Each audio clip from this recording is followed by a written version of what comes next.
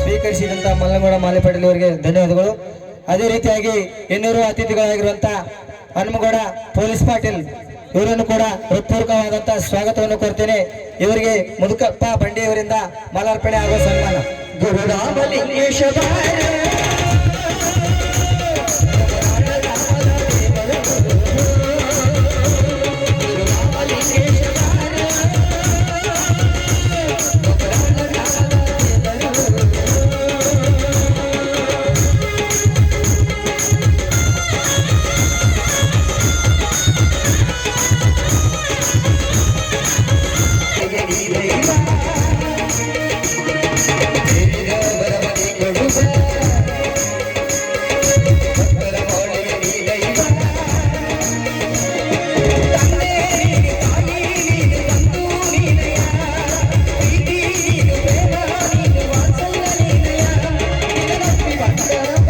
ಸದಸ್ಯರು ಇವರಿಗೆ ಎಂಪಿ ಪಾಟೀಲ್ ಅವರಿಂದ ಮಾಲಾರ್ಪಣೆ ಹಾಗೂ ಸನ್ಮಾನ ಮಾಡುವುದು.